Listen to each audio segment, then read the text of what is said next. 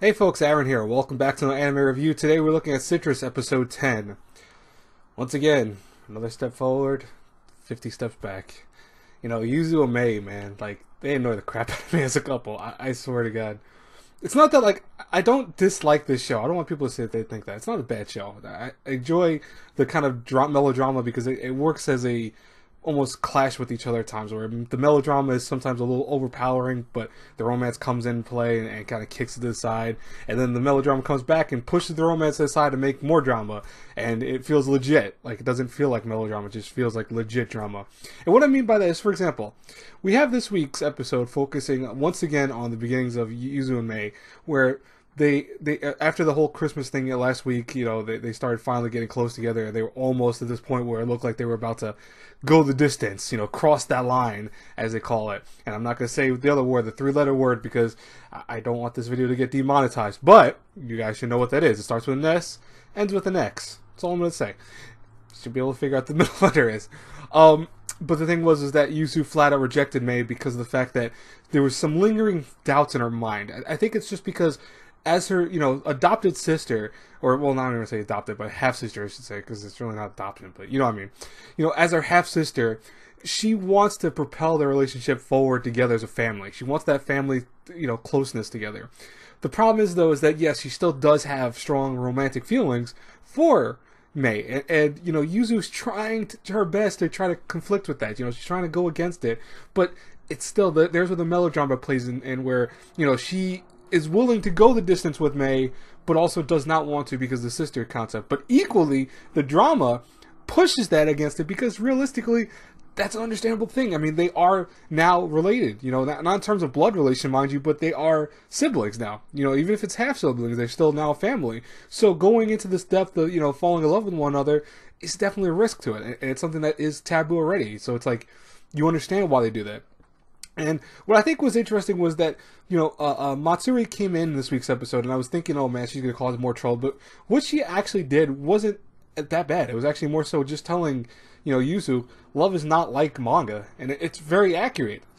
Love is not as simple as comic books or manga or anime in general. It's complicated. And the thing is that I think with a lot of people, and especially with teenage girls or girls that are younger, they see love, especially if they watch a lot of romance movies or if they see, romance dramas, they see love as this whimsical fantasy thing. And don't get me wrong, guys are kind of notorious for doing it too. Guys see it as like a power struggle thing. There's like, oh, we're going to win the girl's heart. And unfortunately, girls get out of that after a little while. Guys typically stay like that for a little bit. But the thing is that, it realistically, in real life, it's messy. There are times where things just smoothly work. Everything just flies. And love just clicks everywhere. It goes all the right beats. And before you know it, you're in love with someone. And then there are other times where love is just like a tangible thing of like webs that you can't figure out what the hell's going on with it. So that's where I like Citrus. That's what's actually keeping me, interested in the show, because I understand Yuzu and Mei's relationship is so damn complex and complicated that it's like, you almost wonder how the hell is going to, resolve itself. What's going to happen next? And, what's interesting is the whole incident now where they went on a school field trip. And I don't really, by the way, I didn't mention the meeting of Sarah and her whatever twin sister was.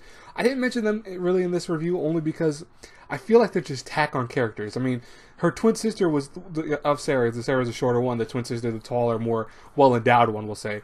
Was overhearing Mei and Yuzu's conversation near the end of the episode where Yuzu and Mei were talking about their, the incident that happened at Christmas. And, when Mei asked me, what do you think of me? What do you see me as? And that's where we have, Yuzu flat out admitting she loves her. But as a sister, Mei and them already started going apart. So Mei started walking away because I don't think she wants any of that. And that's the only reason why I really don't care about those two characters right now. I mean, they might be more important because maybe for manga readers, they have more relevancy.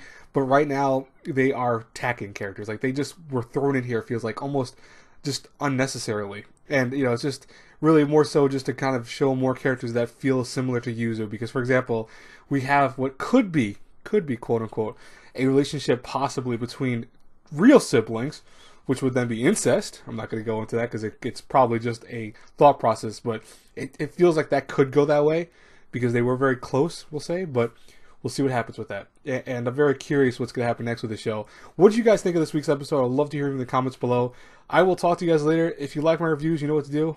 God bless you all. Have a good one. Remember, March comes with a lion, and I believe Ancient Magus Pride should be up in probably like 2 hours, maybe an hour and a half. I just don't want to flood you guys with too many reviews, as I said in my review of Darling of the Franks, which if you haven't checked out, go check it out.